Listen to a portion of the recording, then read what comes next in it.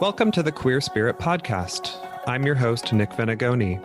Here we have conversations with artists, healers, and activists who enliven the LGBTQ communities and who empower our queer spirits to flourish.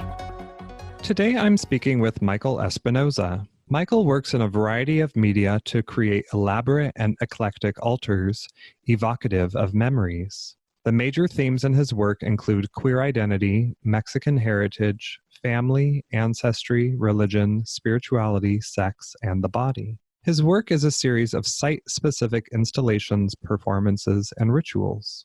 In our conversation, Michael shares with us how he began his practice of altar building and the ways he explores queer spiritual practice through honoring queer ancestors.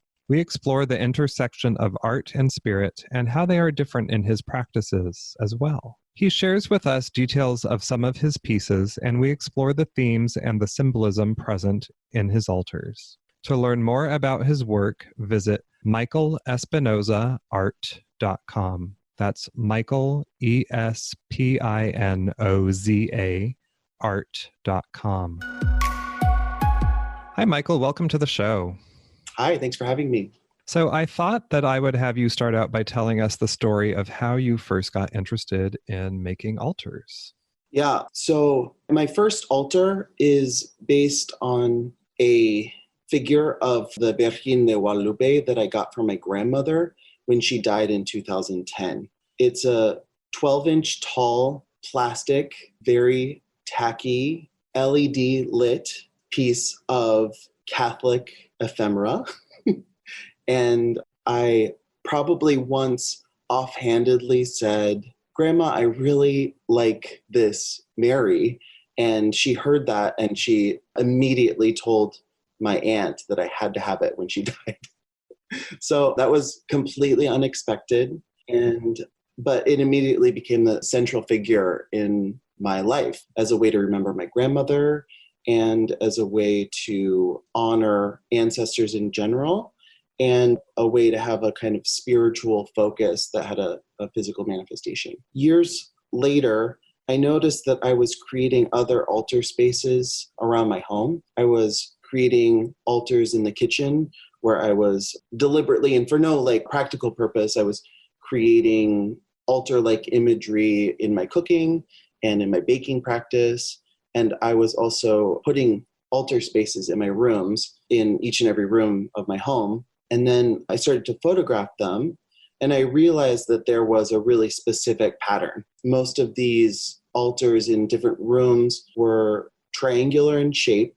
They were grounded by one specific object. The example I used before is the Virgin, but in other cases, the grounding object is something like a portrait or a work of art or an object that belonged to someone who'd passed, or different types of writing.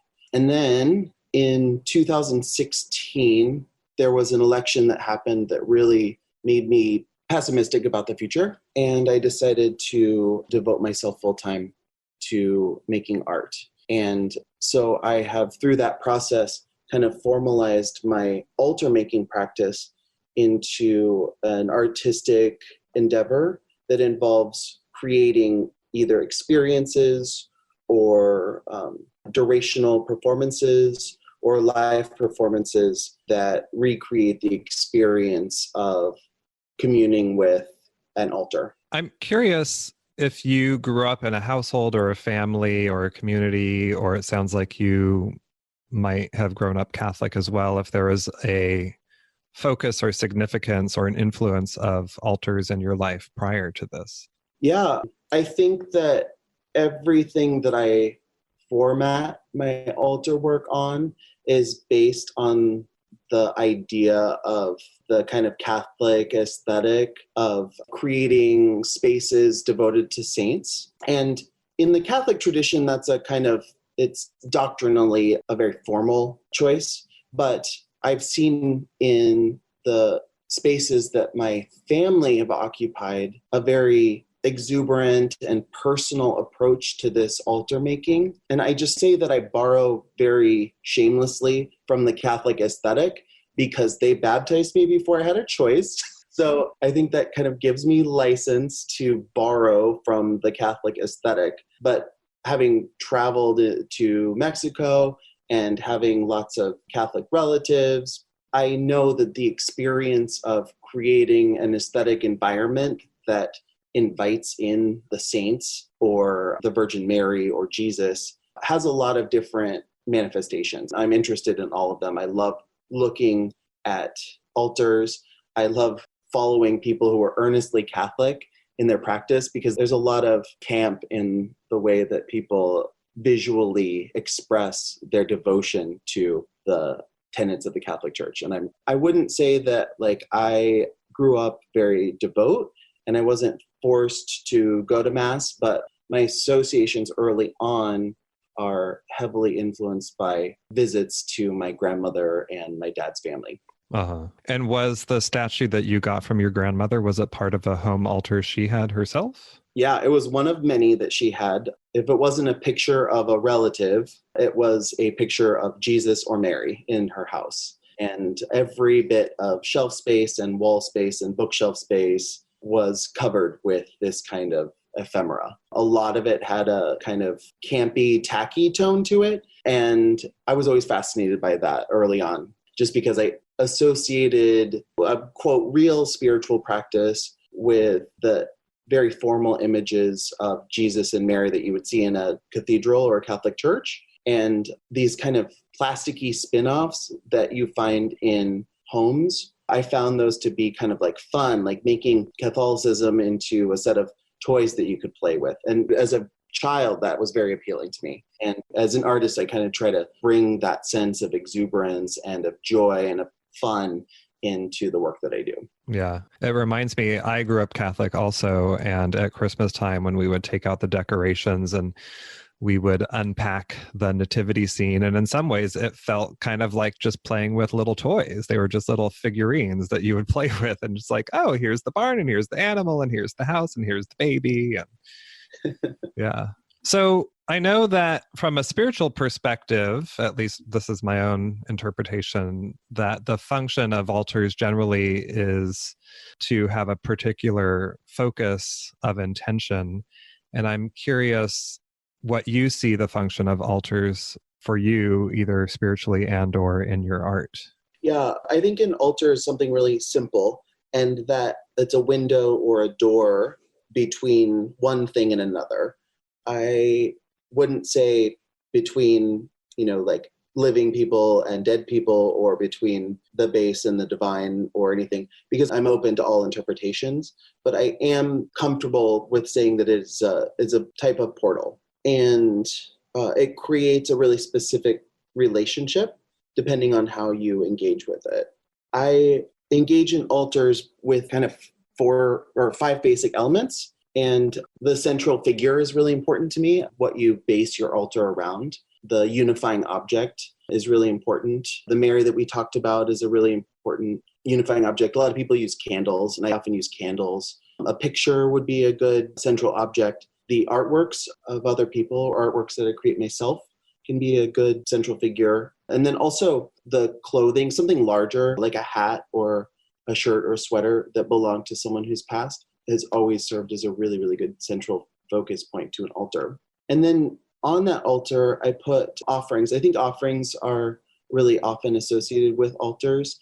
And those could be a lot of things. The ones that I like to use are stones. I like to use things that I've baked.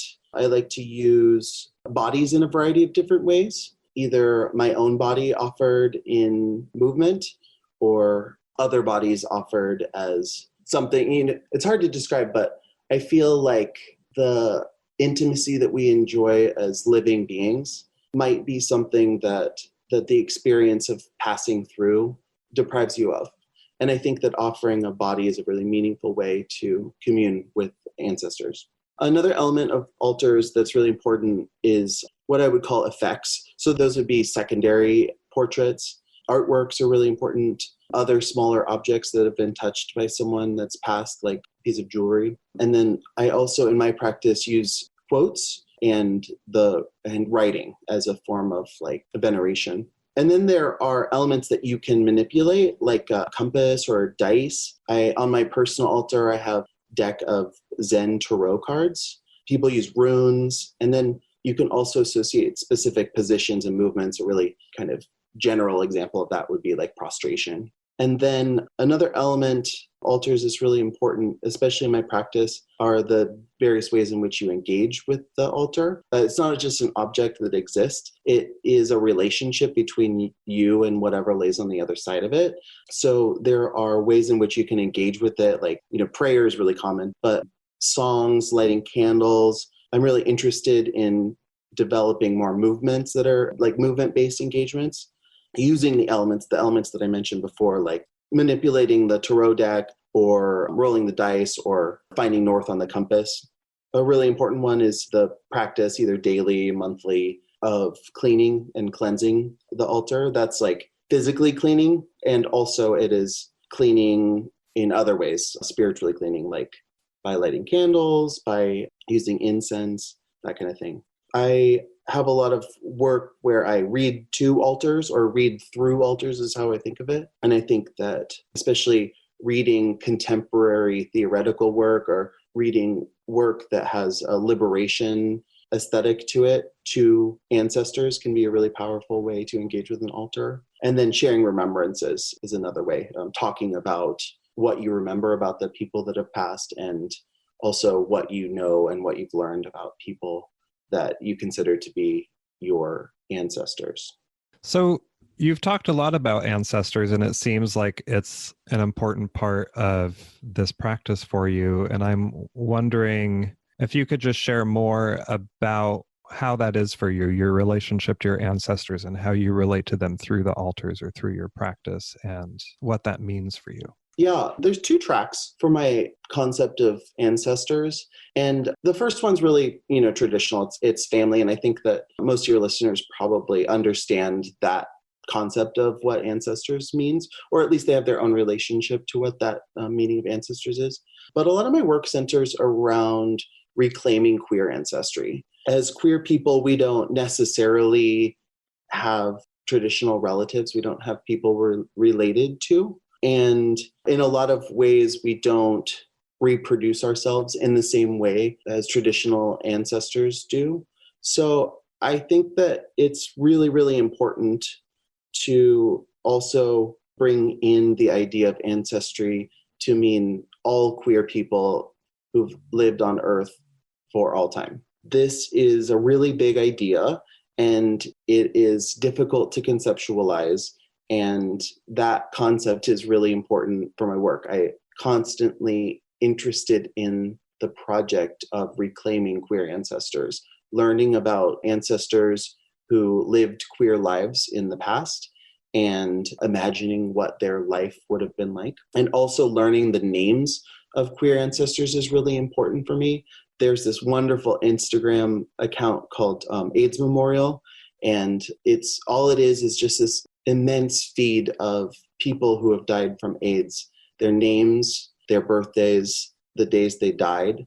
And I pay a lot of attention to that. That's like that, reading that Instagram is an important part of my spiritual practice. I meditate and I pause and I spend time thinking about people, queer people who have passed, and the contributions they could have made. I like to conceptualize those contributions in ways that invite them in and ask them to share with me their creativity. And then I'm also really interested in ancestors who've left behind bodies of work or bodies of literature.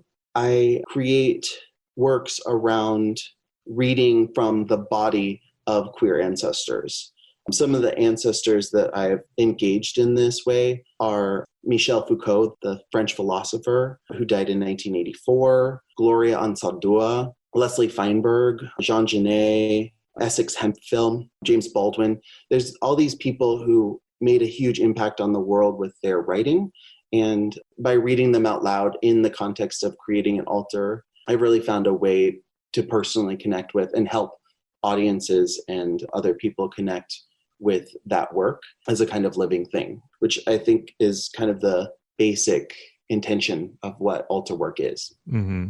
So, speaking of queer ancestors and those who have written, I assume that you're speaking about your queer burials piece, which was kind of a performance art piece. And if you could just maybe describe that briefly for our listeners, and then we can talk about it a little bit more. Yeah, Queer Burials is a short performance piece that I created that takes bodies of literature and creates a public burial for them. The main element is readings from some of the authors that I just mentioned. And then I take those bodies of literature and manifest them through performance as literal bodies. I put them in a coffin and bury them.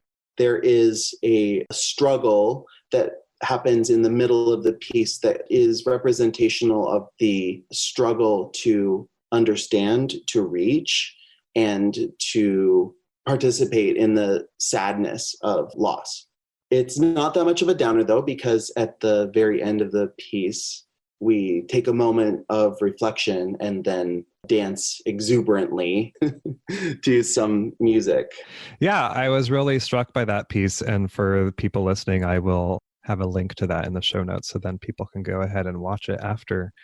But yeah, it was really powerful to me. It incorporated an altar, it incorporated performance piece, and recognizing and naming and reading aloud the work of these queer ancestors, some, not as well known. And what stood out to me was the repetition of the phrase sharing sadness with them. And I think that's a really important piece as part of the remembering and the grieving, but then also the celebration that can come after grieving as well. I'm curious what it was like, because it looked like you had just done it in a park in Portland and there were just random people going by, like what the effect was on the audience. Yeah, so it was actually part of a small performance art festival put on by an arts organization called Risk Reward. They're based here in Portland, and they are a fabulous organization that promote artists who are creating new performance work. It's regionally based, but I think that they've also staged the work of people from all over the US and probably I'm sure internationally. And their main show helps artists create 20-minute pieces in a theater setting. And this was a project called Pavement, where they curated I think it was 6 or 8 performance artists to create a pop-up performance art festival that was part of a kind of a city tour. And yeah, it was really wonderful. There were lots of really, really good performances in that. But yeah, what was interesting about it was that even though it was a part of a kind of formal tour and it was part of an arts organization, it was also done out in public. And gosh, it was such an interesting night because there was actually a long durational performance attached to it. And by durational performance, I just mean that I was doing very little, very slowly, and it was part of the piece. And what I was doing was slowly building the altar over the course of about an hour and a half. And during that portion of my performance, there was no one from the festival there. And I was just kind of exposed with my altar person. And we were just, drawing out chalk outlines and brushing dust off implements and shaking things out and arranging things. And people had no idea what we were doing. I was really nervous about it, but as soon as we began, the purpose was very clear to me. The reason I had created that piece was very clear to me. And I entered this zone of fearlessness, and I think it was permission given to create the work and to execute the work. And it turned out absolutely perfectly. And afterwards, I totally lost my voice. Not because there's a lot of yelling or anything in the piece, but just because I think that the spirits that were engaged with the work were showing me that I had been participating in something and that to be able to participate in it, I needed to give something up. I think that offerings are often thought of like gifts and altars, but I think that offerings are more effective when they're actually like sacrifices. And so that was required of me, and it was a really wonderful experience. Since then, I've serialized that work, and I'm creating it again, hopefully indefinitely, with different authors and with different writings. And this is possible because there is an endless number of queer ancestors that I can draw from, and I can bring their work to the forefront. So you keep talking about this as a practice, and some artists talk about their art practice, and then other people who have a spiritual practice use that term as well. And I'm curious, I imagine for you that it's a little bit of both, and I'm wondering where you see the overlap and where you see the difference is for you in terms of this work that you do, or do you not differentiate them at all? Yeah, they are separate for me. I mean, first of all, I overuse the word practice because when I'm cooking, I call it my kitchen practice. And when I'm making artwork, I call it my art practice. And when I'm engaging in spiritual work, I call it my spiritual practice. And the foundation of it was actually learning about art and how other artists do their work. And that's how I learned about practice building and about how to create a practice and how to engage in a practice. And I think from there, I was able to understand more what was going on in my spiritual practice. And it's because, I still to this day pretty much consider myself to be a secular artist. That might sound strange, but I don't think of a lot of what my art is as spiritual practice.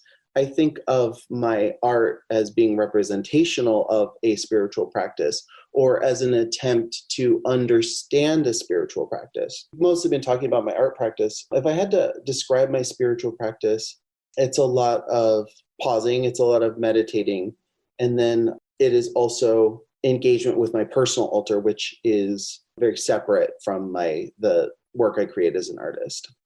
So I wonder if you could talk a little bit about your other project that is on your website, well documented, which is reassurances. And I'm especially curious about some of the recurring themes and those images, but maybe you could start just by describing that for our listeners. Yeah, Reassurances is a series of small artworks that incorporate altars, or what is sometimes referred to as three-dimensional collage or bricolage with text. Reassurances that you're probably most referring to are works that I exhibited in a gallery called the Ford Gallery here in Portland. And they incorporate baking, they incorporate flowers, they incorporate textiles and text. So let me describe one of them. It was the first of the series that I created. It's titled Reassurances 1, if you want to find it on my website. And it reads, right now, these will be your safety until you are truly safe again. And this is an altar that I created that has a lot of the elements that I was describing earlier. It has an offering of pan dulce, which I baked in my own kitchen. It has an offering of flowers, which I collected from my own garden. I think a really important offering is text. So I created this reassurance. The basis of this work is the theme of the show that I was participating in was about discussing depression. I have certainly suffered with depression over the course of my lifetime. I think that for queer people, depression is probably more common than we'd like to admit to ourselves. So I created this assurance because safety is something that eludes me sometimes. And I don't always act my best when I don't feel safe. So I created this work to remind myself that I can focus on something joyful, even if it's small, and I can recreate, if not necessarily safety, I can recreate the feeling of safety until I'm safe. Pan dulce is a really important touchstone for me in this work because it immediately brings me comfort. When I look at an image of pan dulce, I can smell it and I feel embraced and warmed from within. And I wanted to, through this work, share that feeling with the audience. I really appreciate you expanding more on that because I'm reflecting just on what I recall about the images, and it's allowing me to really look at them differently and to feel more into what's happening there. And a lot of them do bring a quality of sort of calm and peace and safety to me. And I was going to ask you about the theme of bread because I noticed that there seems to be bread in a few of those altars. I don't know if it's part of your regular practice, but I do think that, especially if you are, it sounds like you are a baker yourself, you know, bringing home baked bread and just the symbol of that, of bringing that nourishment to people as a way of bringing safety to them, as well as the plants and the flowers that are very beautifully displayed and bringing a sense of beauty and nature into it. But I am curious about, I noticed that you use scissors in quite a few of those, and I'm wondering what that means to you or what they represent for you. Yeah, scissors that's a really complicated one because I have a lot of feelings about it. I started using scissors in my kind of public facing altar work simply because my ethos at the beginning was that I wanted to show all of the tools that I used to create the work with the work as an attempt to be really transparent with this being something that I've manipulated. I think that in general, I think that a lot of art, and especially a lot of kind of like social media driven art, portrays an effortlessness or portrays a kind of like just found it this wayness that is completely contrived. And I don't agree with it. And I don't think that it's realistic. And I think that it damages my self-esteem. So as a response to that early on in the beginning, I wanted to show the tools. And so the tools that I often show are scissors or knives. And then also sometimes I'll purposely put an electrical outlet in the background when I photograph my altar work. And the reason for all of these is to kind of ground the work as though you could imagine it being in your own home or being in a space that you would exist in, because not everyone exists in perfect spaces with rounded edges and no conspicuous outlets. So that's how it began. And scissors became an important symbol for me because I see scissors as being a really, really potent symbol for breaking off or moving away or changing something. There is some work that I did with a bunch of phallic objects where I was really intentional about my use of scissors to think about the ways in which masculinity is something that's forced on me, but that I've tried really hard in my life to kind of divorce myself of. And it's this odd tension that I feel because it's used against me. A sharp object like a scissor could be a weapon that could cut me down, but it's also something that I can use to cut my way out of a situation or to reshape something into something new that's more manageable, that I understand better. Yeah, and I also I don't know, there's something really powerful about holding especially like really high quality shears. It's a powerful feeling to me. And I always hope if there's an object that gives me a feeling, I want to put it into my artwork because I think that maybe someone else will also have that association and be able to engage with the work in a deeper way. Yeah, thank you for sharing that. I had some similar thoughts, but also some different thoughts as well about what it might represent, especially just based on each altar, the way that the scissors were positioned. Like if the scissors were positioned where the point was towards me, then it felt a little bit more dangerous, a little bit more like a weapon. Whereas if the point was pointed away from me, it's more of a tool and could still be a weapon, but as a form of protection in a way too, which I could also see bringing in that idea of protection through the reassurances pieces. So yeah, and used as a tool, I usually portray my fabric scissors. So actually, it's interesting when you say protection, because I also think of feminine energy and like the domestic things that I'm involved in and the fierce protectiveness of the idea of motherhood. Those are all really potent symbols for me. And those are all wrapped up for me in what that particular pair of scissors is in my artwork. Well, Michael, as we begin to wrap up, I wonder if you can share with us a person, practice, or experience that has supported your queer spirit to flourish. Yeah, one of the projects that I engage in yearly is community action. It's called Homo Fagsgiving. It is a holiday that I celebrate with my community that takes place between Thanksgiving and Christmas. The idea of family is fraught for a lot of queer people. And I wanted to create a space for queer people to exist honestly, and a space that we can do that where we also invite ancestors into the room with us to celebrate community and to experience joy. So the way that we do that is I create an altar, and the central figure on this particular altar is usually a pink triangle. Sometimes it can be a stack of books or a picture. And I invite attendees to bring offerings. Important offerings for this particular celebration: our bodies, our existence, our love for each other, our community, but also the food that we share together, candles. In recent years, people have brought their prep tablets and have brought other kind of aspects of modernity that make it possible for us to enjoy community. And then we spend as much time as we need sharing the names of queer ancestors that we're aware of and spend some time reflecting and remembering them. And then the rest of it is just a really peaceful, enjoyable, warm, delightful party where we just talk about how much we appreciate sharing community together. Now, this is a very intimate affair. I would love to invite everyone. Unfortunately, my house isn't quite big enough to accommodate everyone, but I would encourage anyone listening to think about creating a space for celebrating themselves and celebrating their community, because we're stronger together and we need each other now more than we've ever needed each other. Great.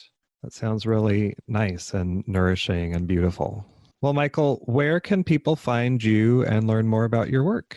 Yeah, I think the best way to engage with me on a day-to-day basis is using my Instagram. It's Michael Espinoza Art. That's Espinoza with a Z. Michael Espinoza Art. And I use the same handle on Facebook. My handle on Twitter is ESPINOZMA. And you can also visit my website if you want to see a visual archive of my work.